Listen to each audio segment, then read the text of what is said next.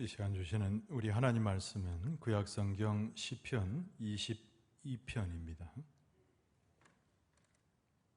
22편 1절로 31절까지 좀 긴 구절입니다만은 한 절씩 교독하도록 하겠습니다.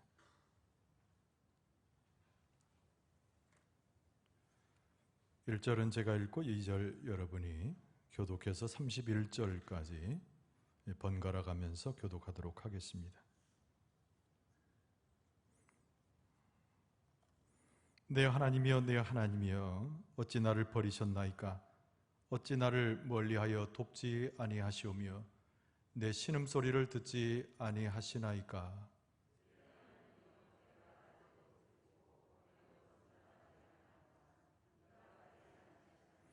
이스라엘의 찬송 중에 계시는 주여 주는 거룩하시니이다.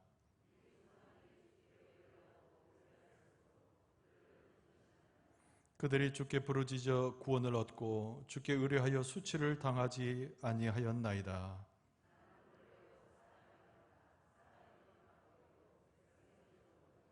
나를 보는 자는 다 나를 비웃으며 입술을 삐죽거리고 머리를 흔들며 말하되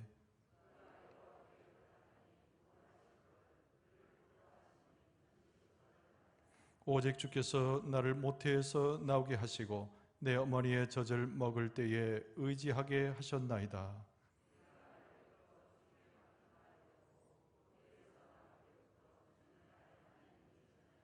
나를 멀리하지 마옵소서. 환난이 가까우나 도울 자 없나이다.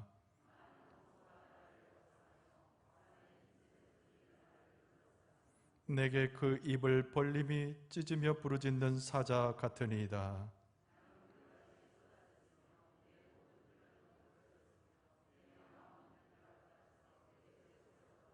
내 힘이 말라 질그릇 조각 같고 내 혀가 입천장에 붙었나이다.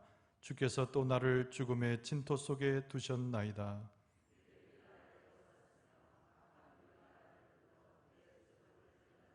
내가 내 모든 뼈를 셀 수 있나이다. 그들이 나를 주목하여 보고 여호와여 멀리하지 마옵소서. 나의 힘이시여 속히 나를 도우소서.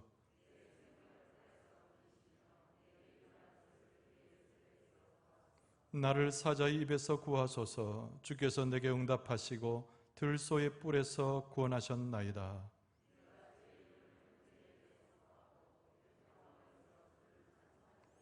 여호와를 두려워하는 너희여 그를 찬송할지어다. 야곱의 모든 자손이여 그에게 영광을 돌릴지어다. 너희 이스라엘 모든 자손이여 그를 경외할지어다.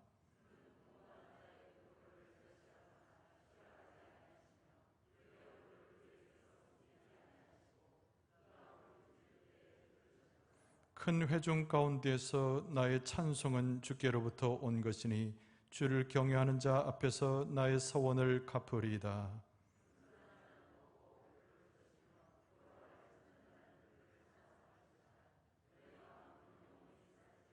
땅의 모든 끝이 여호와를 기억하고 돌아오며 모든 나라의 모든 족속이 주의 앞에 예배하리니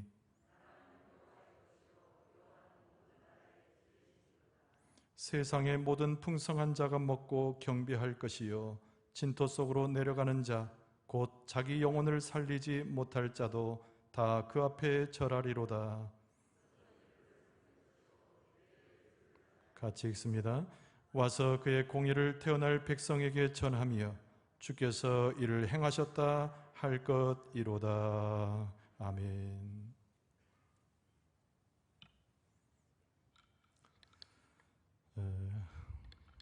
시편 22편 1절로 31절까지를 좀 길지만 함께 교독을 했습니다. 오늘 설교 제목은 버리지 않으시는 하나님이란 제목입니다. 한번 따라서 할까요? 하나님은 어느 순간에도 언제든지 우리를 버리지 아니하십니다. 할렐루야, 할렐루야. 우리 서로 인사할 때 멀린 성도들까지 앞, 뒤, 좌우 4분 이상씩 꼭 인사합시다. 주님 나라 갈 때까지 성도님을 기억하겠습니다. 서로 인사 나눕시다. 주님 나라 갈 때까지 성도님을 기억하겠습니다. 2분 하셨어요. 2분, 3분, 4분. 할렐루야. 주께서 우리를 기억하시니까 우리가 하나님의 자녀들로서 서로 기억하면서 어깨 메고 주님 나라 함께 갈 때까지 서로 잊지 않고 함께 기도해주며 주님과 동행하게 될 줄로 믿습니다. 우리가 인생을 살아가면서 참 간단치 않잖아요. 방금 우리가 인사한 대로 성도를 기억하지만은, 우리가 어깨에 걸고 함께 가지만은, 우리가 예수 그리스도를 믿는 이유 때문에라도 우리 가운데 희생이 따르고 고통이 따릅니다. 근데 고통에 대한 유명한 격언 하나가 있어요. 얼음을 녹이는 태양이 진흙도 굳힌다, 이런 격언입니다. 서양 격언입니다만은 태양빛이 떠 있을 때 얼음을 녹인다는 거예요. 그러나 그 태양빛은 진흙을 애써서 굳게 하기도 한다는 거예요. 고통이 주는 유익과 어려움을 동시에 표현하는 겁니다. 고통을 통해서, 고난을 통해서 우리의 마음이 오히려 누그러질 수도 있지만은 반대로 완고해질 수도 있다라는 의미의 격언입니다. 우리가 성경적인 시각을 가지고 하나님의 지혜를 가지고 우리 고난을 어떻게 해석하느냐에 따라서 우리의 삶은 쉽게 풀어지고 녹아내리는 생명수와 같은 공급을 받는 사람이 될 수도 있고, 이 고난 때문에, 고통 때문에 더 완악해져서 우리의 심령이 불편해질 수도 있다는 거예요. 그래서 믿음의 시각을 가지고 우리의 삶을 살아갈 때 우리의 고난의 문제를 성경적으로 어떻게 해석하느냐, 하나님에 대한 믿음과 그리스도의 은혜를 어떻게 적용하느냐, 이것이 우리의 삶의 질을 결정한다는 겁니다.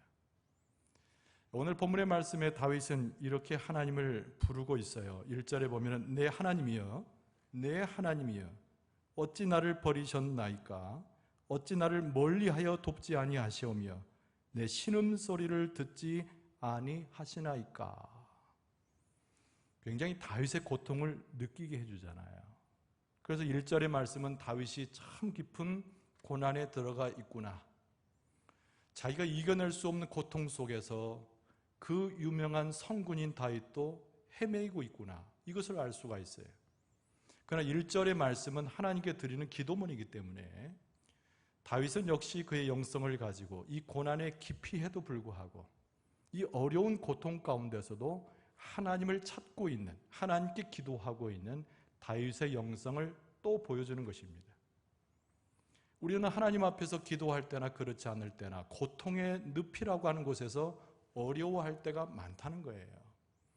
그러나 1절에서 단순하게 느끼는 교훈은 그럼에도 불구하고 우리는 하나님께 기도할 수 있고 예수 그리스도의 십자가를 기억할 수 있기 때문에 그것조차 은혜라는 겁니다.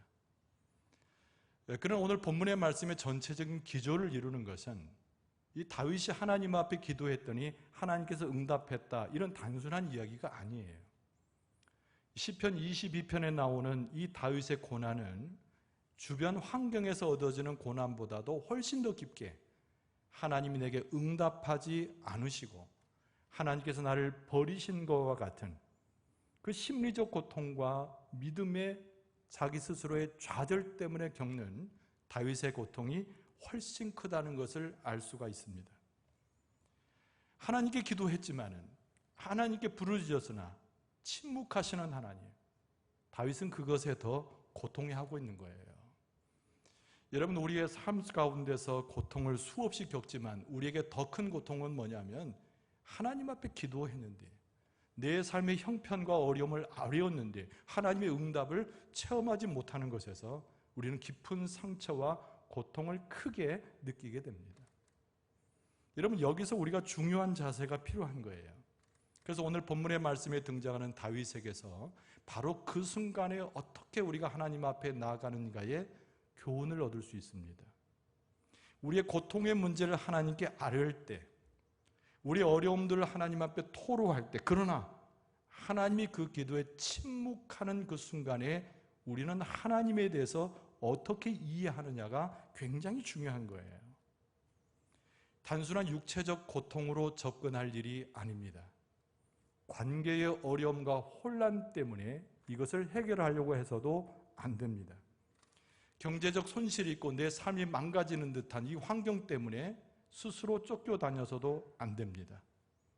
내가 기도했지만, 내가 부르짖었지만 하나님께서 듣지 않는다고 여길 때 하나님과 우리 사이에 영적인 관계를 어떻게 형성하느냐가 매우 중요한 거예요. 그래서 이 본문의 말씀에 다윗이 가지고 있는 이 믿음의 관점이라고 하는 것을 배울 필요가 있습니다. 단순히 고통에서 헤어나오거나 자기가 어려움을 겪었을 때 그 어려움을 해결할 수 있는 방법을 단순히 찾는 것에서 오늘 본문의 말씀에 교훈이 있는 것이 아니고, 하나님 앞에서 영적으로 엎드려지는 이 다윗이 어떻게 믿음의 관점에서 하나님을 이해하고 하나님 안에서 그 문제를 해결하려고 했는가, 여기 우리는 깊은 관심을 가져야 된다는 거죠. 1절에 나오는 다윗의 모습은 굉장히 처절하잖아요. 아까 읽어드린 대로 하나님을 여러 번 부릅니다. 그리고 나의 형편을 아뢰면서 그 고통이라고 하는 것이 너무 깊다는 것을 알 수가 있어요. 그러나 그 누구도 시편 22편에 등장하는 다윗의 고통의 본질을 아는 자가 없습니다. 그만큼 이 시를 읽는 자도 답답하기는 마찬가지죠. 그러나 다윗이 하나님 앞에 나아가서 하나님을 인정하는 장면이 이 3절 이하에 등장하는데요, 하나의 제목을 잡아보면 이런 겁니다. 하나님은 거룩하신 분이다 라고 하는 거예요. 엉뚱한 주제 같지만 분명히 다윗은 하나님 앞에 기도하면서 탄원하고 자기의 삶의 문제를 내어놓고 부르짖으면서도 이 거룩이라는 주제를 가지고 하나님을 고백하고 있다는 거예요. 자, 그래서 우리가 무조건적으로 한번 따라서 해봅니다. 하나님은 거룩하신 분입니다. 좀 생뚱맞잖아요. 그러나 이 주제가 굉장히 중요합니다. 잘 봐야 되죠. 우리가 3절과 4절을 연이어서 제가 다시 한번 읽어드리면, 이스라엘의 찬송 중에 계시는 주여, 주는 거룩하시니이다. 우리 조상들이 주께 의뢰하고 의뢰하였으므로 그들을 건지셨나이다. 이렇게 표현하고 있어요. 자기의 기도가 응답되지 않는 상황 가운데서 자신의 믿음을 점검해보는 다윗의 영상. 근데 참되신 하나님을 바라보고 그의 얼굴을 들어서 하나님을 보는 순간, 다윗이 하나님의 얼굴에서 보는 것은 다른 것이 아니라 하나님의 거룩성이라는 거예요. 지금 자신은 고통 가운데 있어요. 뭔가 이해할 수 없는 어려움과 고난이 그를 따라가고 있어요. 당장 해결하지 않으면 다윗은 죽을 수밖에 없는 상황에 빠져 있는지도 몰라요. 근데 그것보다 더 중요한 것은 하나님의 존전에서 기도하면서 하나님께 부르짖으면서 하나님의 얼굴을 향하여 고개를 들 때 다윗이 먼저 발견했던 하나님의 품성과 본질이라는 것은 하나님의 거룩이라는 거예요. 그래서 하나님을 찬송하면서도 다윗이 계속 그 얼굴 가운데, 영적인 눈 가운데 하나님을 바라볼 때 주는 거룩하시니다. 3절 하반절에 그것을 강조해서 고백하고 있는 겁니다. 도대체 거룩이 무엇이길래 다윗이 탄원하고 급한 마음에 하나님께 달려가고 있지만 이 하나님의 품성에 딱 걸려서 다윗이 그 하나님을 노래하되 거룩을 이야기하고 있는가? 여러분, 거룩이란 말의 히브리어적 원본의 뜻은요, 구별한다, 그런 뜻입니다. 우리는 거룩이란 말의 동의어를 많이 생각해요. 정결한 것, 순결한 것, 이렇게 우리가 비슷한 말을 끌어들이는데, 여러분, 거룩은 그것과 연결될 수 있는 낱말이 아닙니다. 최소한 성경에서 나오는 거룩이라고 하는 것은 히브리의 원본을 제가 말씀드린 대로 구분되었다는 거예요. 구별되었다는 거예요. 무엇을 말하냐면 하나님의 뜻 가운데서 구별되었다, 이렇게 길게 해석할 수 있습니다. 거룩해지는 백성은, 하나님의 거룩을 배우는 백성은 하나님의 뜻을 우선시해서 그 앞에 엎드리는 자가 하나님의 뜻과 관련된 거룩으로 들어갈 수 있다는 거예요. 그럼 반대말은 뭡니까? 거룩의 반대말은 쾌락이죠. 쾌락은 무엇으로 이해할 수 있을까요? 대충 즐기는 인간의 방탕함, 이렇게 우리가 해석할 수 있지만 성경은 쾌락을 그렇게 해석하지 않아요. 쾌락은 하나님의 뜻에서 한참 벗어나는 것을 이야기합니다. 거룩의 본질에 가장 가까운 것은 무엇일까요? 하나님의 뜻이에요. 지금 다윗은 고통이 너무 심해요. 너무나 어려워요. 누구도 이해할 수 없는 고난 가운데 들어갔단 말이죠. 이 문제가 해결되지 않은 급선무가 있어요. 그럼에도 불구하고 다윗은 무엇을 본다고요? 하나님의 뜻이라는 관점에서 하나님의 거룩을 본다는 거예요. 여러분, 우리의 삶의 난맥상을 볼 때마다, 우리의 삶의 고통을 만날 때마다 우리는 그 문제를 해결하려고 할 때 아까 드린 말씀처럼 내 물질의 문제나 재산의 손괴나 내 삶에 파괴되는 그 모습에 매몰되지 말고 하나님의 얼굴을 먼저 보는 것이 중요합니다. 이것이 믿음의 관점이에요. 이 다윗의 영성은 믿음 가운데 하나님을 바라보니 하나님의 뜻으로 해석될 수 있는 거룩을 보게 되는 거죠. 여러분, 쾌락 얘기부터 먼저 하면 하나님의 뜻을 떠난 사람의 비참한 말로에 대해서 성경은 여러 예를 들고 있습니다. 여러분, 이스라엘 백성의 최초의 조상은 아브라함이죠. 근데 아브라함에겐 조카가 있었어요. 이름이 롯이라고 하는 인물입니다. 근데 아브라함의 영성도 절반도 안 되는 사람이었어요. 재산도 많아집니다. 땅도 소유하게 됩니다. 그래서 둘이 갈라서게 됐는데 롯의 눈에는 무엇이 보이냐면 쾌락의 성이 보이는 거예요. 소돔과 고모라 성이 그로 하여금 만족하게 할 만큼 보여졌던 겁니다. 그의 선택은 하나님의 뜻에 있는 것이 아니고 자기의 욕정에 따라서 좋아 보이는 쾌락을 선택한 것이죠. 어떻게 됐습니까? 하나님께서 소돔과 고모라 성을 멸망시켰어요. 그런데 하나님께서 아브라함을 너무 사랑하셨기 때문에 아브라함의 중보기도를 통해서 롯을 구원해내셨지요. 그러나 롯의 결과는 어떻습니까? 비참한 선조의 이름으로 남게 되었어요. 거룩을 버리고 하나님의 뜻을 버리고 자기들의 삶의 인간의 욕정과 인간의 판단을 의지하는 사람은 하나님의 뜻과 전혀 무관한 비참한 인생의 말로를 기억한다는 거예요. 그러나 거룩한 사람의 표본은 역시 롯이 아닌 아브라함에게서 찾을 수가 있습니다. 아브라함은 하나님의 뜻을 최고로 여기는 사람이었어요. 그의 믿음의 기반도 하나님의 뜻에 있었습니다. 그러니까 오늘 본문의 말씀에 다윗이 등장하는 하나님의 얼굴 속에서 보는 하나님의 품성은 거룩인데, 거룩이란 말은 뭐로 해석된다고요? 하나님의 뜻을 구하는 거룩이라고 그랬어요. 아브라함을 그것을 실천한 사람이죠. 그래서 아브라함은 하나님의 뜻을 따라서 길을 행한 사람이 되었어요. 그래서 아브라함은 하나님의 능력 가운데, 특별히 거룩의 능력 가운데 하나님의 뜻을 쫓는 그 힘찬 능력 가운데 그 길을 지속할 수 있었습니다. 그런데 여기서 우리가 하나 더 생각해야 돼요. 거룩은 단순한 것인가? 그렇게 하나님의 뜻만을 이야기하는 것인가? 그렇지 않아요.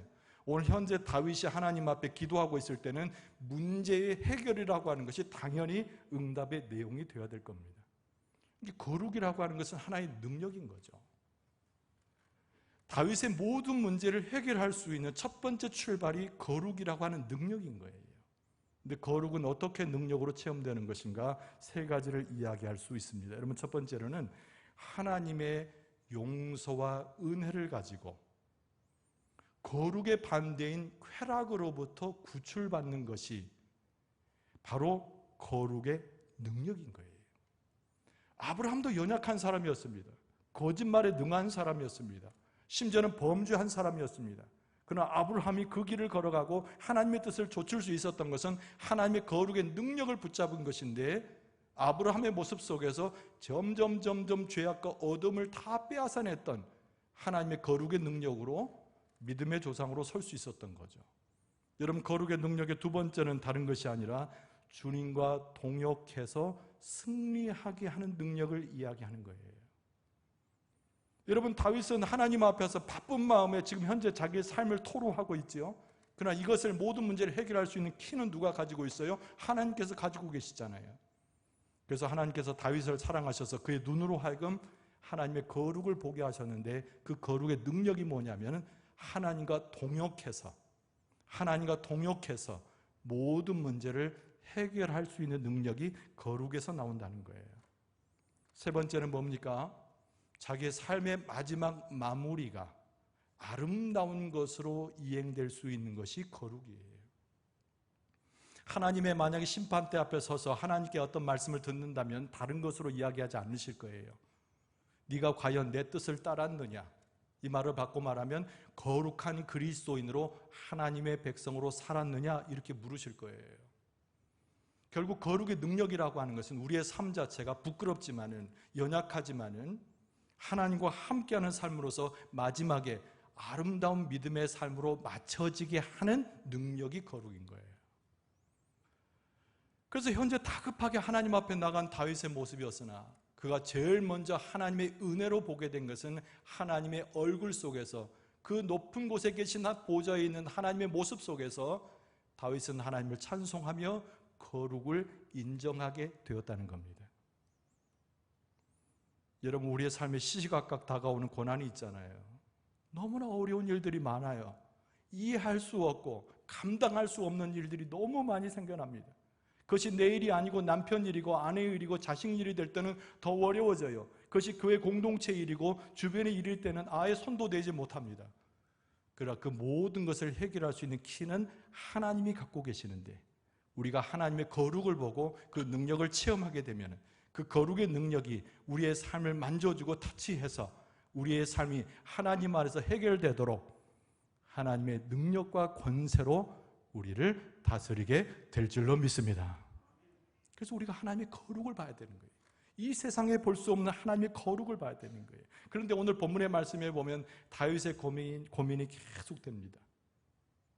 하나님의 거룩을 보았지만 다윗은 참을 수 없는 그 고난 가운데 힘들어져요. 마음이 빼뚤어지기 시작합니다. 그것은 뭘 말하냐면, 나는 많은 사람들에게 멸시를 당한다고 할 생각이 다윗의 마음에 쏙 들어간 거예요.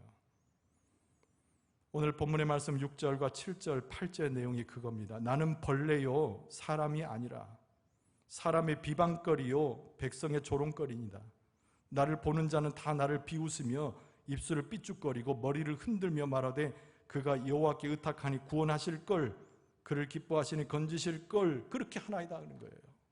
많은 사람들이 나를 비웃는다는 거예요. 많은 사람들이 나를 멸시한다는 거예요. 지금 다윗이 그 마음의 고통만큼이나 하나님이 응답을 지연하면서 내 기도를 들으지 아니하신다는 생각이 들어가면 들어갈수록 그 마음이 뭘로 바뀌냐면, 많은 사람들이 나를 보고 비웃고 많은 사람들이 나를 보고 멸시하고 많은 사람들이 나를 인정하지 않은 채 왕으로서가 아니라 저 동물들처럼, 하찮은 동물처럼 나를 여긴다라고 생각하게 되는 거예요.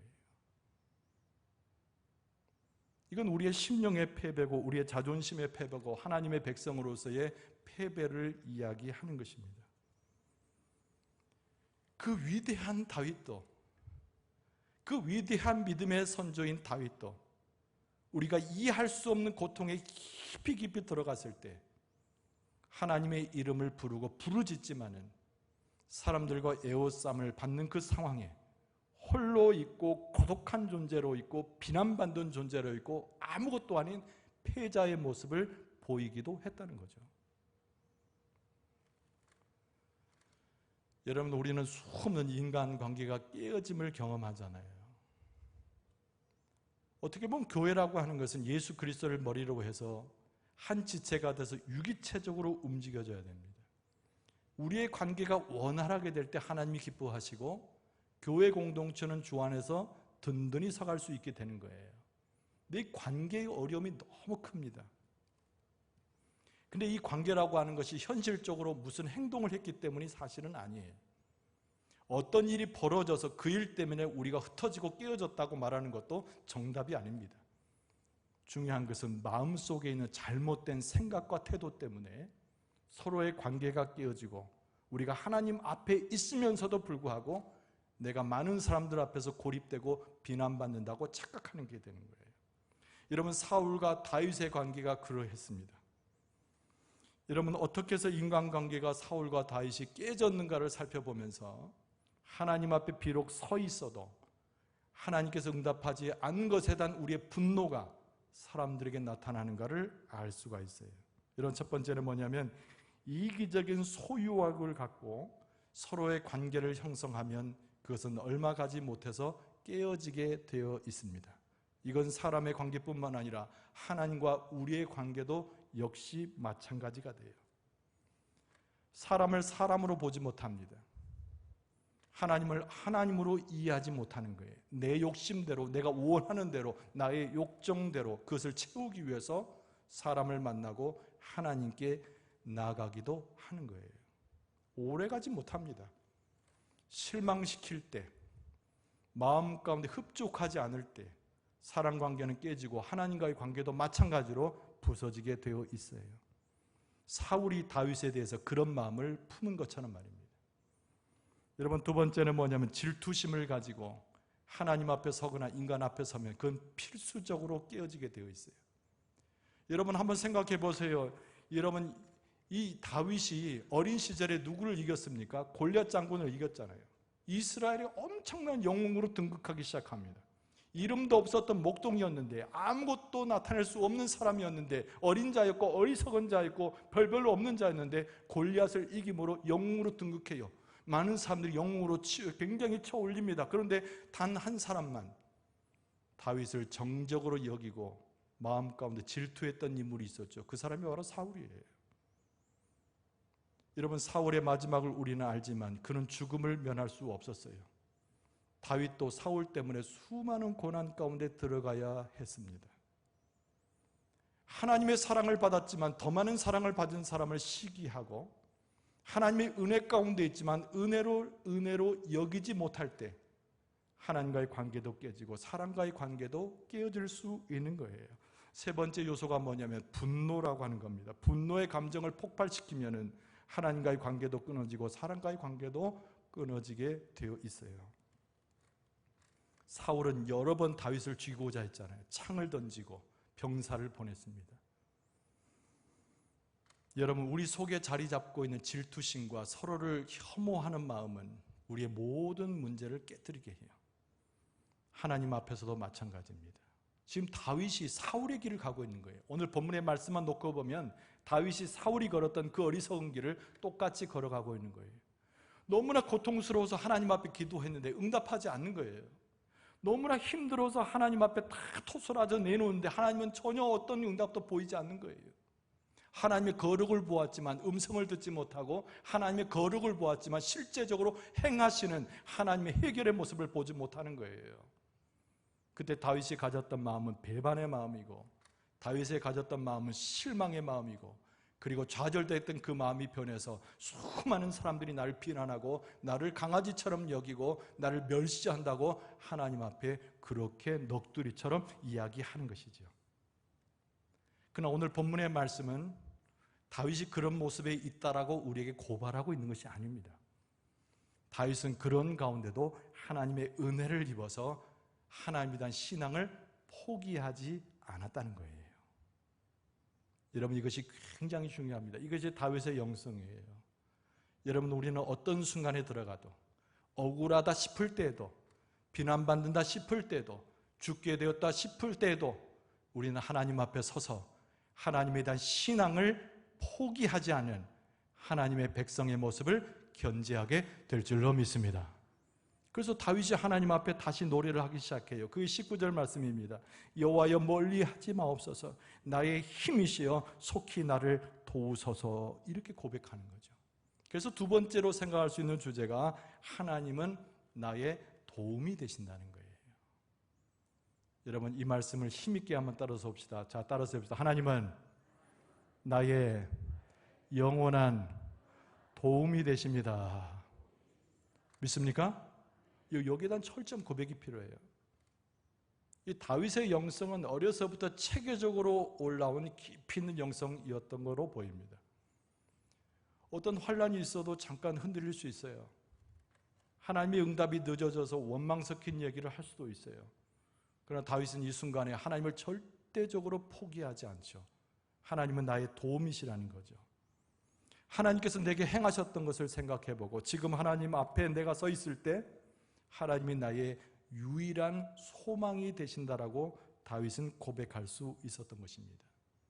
여기서 나올 수 있는 진리적 표현이 뭐냐면 하나님은 절대로 나를 버리지 아니하신다는 거예요. 할렐루야.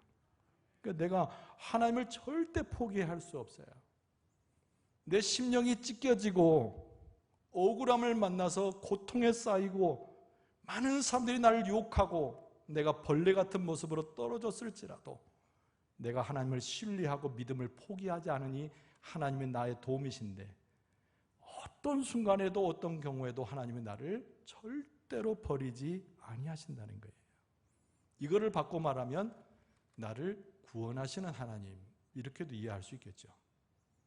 여러분 구원이라고 하는 것이 무엇인가요? 여러분 성경적으로 보면 구원한다는 것이 뭐예요? 물에 빠지는 사람을 건져내는 것이 구원이겠죠. 고통 가운데 있는 사람에게 해결점을 주는 것이 구원이겠죠. 그러나 이건 포괄적인 사람들의 흔한 생각이고, 성경적으로 이야기하는 구원은 무엇인가? 두 가지입니다. 첫째는 뭐냐면 우리가 육체에 닥쳐진 모든 문제가 하나님의 손에 의해서 해결되는 거예요. 두 번째는 우리가 죽어서까지 갈 수 있는 영원한 세계, 우리의 영혼이 하나님 안에서 구원되는 거예요. 이 두 가지가 성경에서 말씀하고 있는 구원의 이야기입니다. 근데 우리는 구원을 놓친 사람이었잖아요. 구원이 뭔지 몰랐어요. 누구 때문에? 정말 위대한 조상이라고 이야기했던 아담과 하와 때문이죠. 아담과 하와가 처음에 지음을 받았을 때는 에덴 동산에서는 완벽했어요. 하나님과 함께 거닐고 동행하는데 문제가 없었어요. 하나님의 음성을 듣고 하나님의 허락하신 음식을 먹고 영원히 살 수 있었어요. 그럼에도 불구하고 그들 가운데 무엇이 들어왔습니까? 죄가 들어왔거든요. 하나님의 말씀을 떠나고 하나님의 말씀을 경히 여기는 죄가 들어왔거든요. 그때 형벌이 내려졌는데 어떤 형벌입니까? 두 가지 형벌이죠. 에덴 동산에서 쫓겨났어요. 육체의 문제를 해결할 수 있었던, 모든 것이 완벽했던 동산, 에덴 동산에서 쫓겨난 거예요. 두 번째는 무엇입니까? 영원히 살지 못하고 죽었는데 그 죽음 자체는 영원한 죽음을 이야기하는 거예요. 더 불행하게도. 그것이 아담과 하와로부터 비롯된 영원한 형벌이라고 하는 우리의 죄값의 현실입니다. 그 구원이 무엇이겠어요? 당연히 예수 그리스도를 통해서 그 모든 형벌에서부터 자유함을 얻는 거예요. 한번 따라서 합시다. 예수 그리스도를 통하여 모든 형벌에서 자유함을 얻었습니다. 그게 구원이에요. 우리가 다른 것을 구원으로 이야기하는 것이 아니죠. 예수 그리스도의 십자가의 은혜를 통해서 모든 형벌에서 우리는 구원함을 받은 것이에요. 그래서 아까 제가 정의한 대로 구원이라고 하는 것은 육체적인 모든 질고로부터 벗어나는 것 하나, 우리가 죽어도 완전히 죽는 것이 아니고 영생을 얻는다고 하는 영혼의 구원인 것이죠. 그것이 다시 회복되는 거예요. 근데 중요한 것은 이 다윗이 하나님 앞에서 하나님의 도움을 고백하게 될 때, 포기하지 않는 믿음을 하나님 앞에 고백하게 될 때, 하나님이 그것까지 기다리시는 가운데 그 고백을 듣고자 하셨던지, 그때 다윗의 마음에 온전한 찬양을 할 수 있는 심령을 허락하신 거예요. 여러분, 이게 축복입니다. 여러분, 세상에서 물질 많이 갖는 거, 저 여러분 절대 그러지 말라고 말하지 않아요. 세상 가운데서 여러분의 자녀들이 이름 나는 거 좋은 일입니다. 그러나 그것과 비교할 수 없는 하나님의 최고의 축복은 우리가 하나님의 구원을 온 마음을 통해서 노래하는 것이, 온 마음을 통해서 하나님을 찬송하는 것이 최고의 축복인 줄로 믿습니다. 어떤 순간에도 하나님께서 행하신 것들을 잊지 아니하고, 어떤 경우에든지 하나님이 나를 구원하신다는 것을 확신하고, 어떤 경우든지 하나님이 내게 좋은 것을 주신다는 것을 고백하면서 하나님을 마음껏 찬송하고 하나님을 마음껏 높일 수 있는 그 자체가 하나님 안에서 엄청난 축복이라는 거예요. 여러분, 찬송할 때 그 축복이 여러분에게 임할 수 있길 바랍니다. 기도 가운데 그런 축복이 임할 수 있길 바랍니다. 자녀를 대할 때도 저 녀석 어찌할 거가 아니라 하나님께서 저 자녀를 통하여 우리에게 축복을 주실 거야 약속하면서 자녀를 주신 것에 대해서 감사하고 찬송할 수 있기를 바랍니다. 남편을 대할 때도, 아내를 대할 때도, 교회에서 성도를 대할 때도, 심지어는 세상 밖에서 범죄하고 있는 그 누구를 만나도 하나님께서 그를 통하여 반드시 하나님의 선하신 일을 이루실 것이야, 그 믿고 찬송할 수 있기를 바랍니다. 그 찬송하는 것이 증거가 되는 거예요. 이 다윗이 회복한 것은 자기의 삶의 곤고한 문제가 해결되는 것이 아닙니다.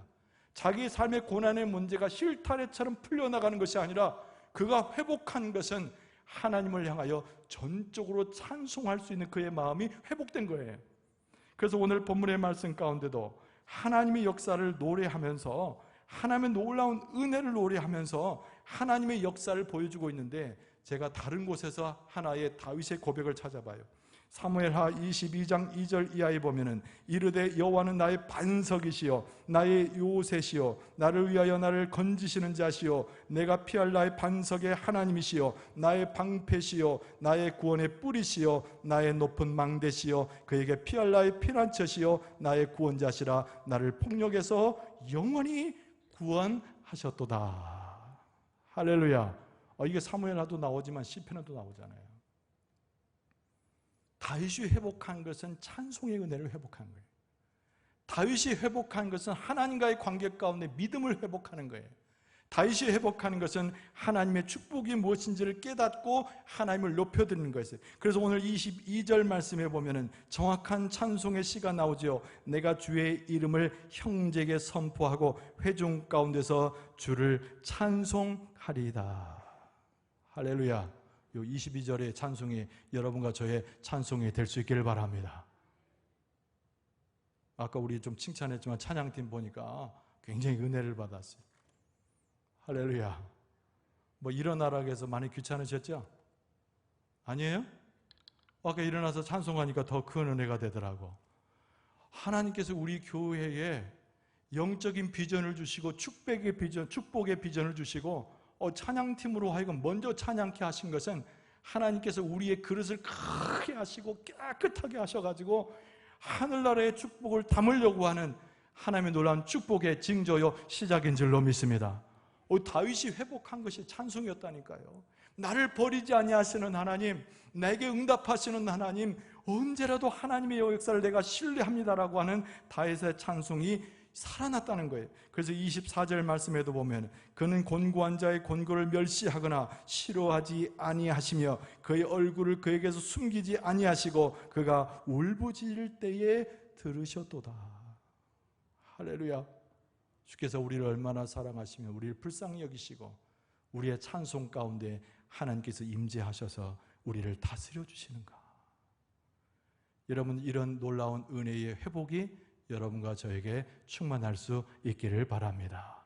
육체의 고난이 있을 때, 내 삶에 실타래점 얽혀진 일이 있을 때, 누구에게 감히 말할 수도 없고 밝힐 수 없는 고통의 시면에 들어갈 때 우리는 하나님의 얼굴에서 거룩을 볼 뿐만 아니라 그것이 능력이 되어지고 우리의 심령 속에서 찬양이 살아나면서 우리의 영혼이 하나님을 바라보는 영혼으로 바뀌어야 될 줄로 믿습니다.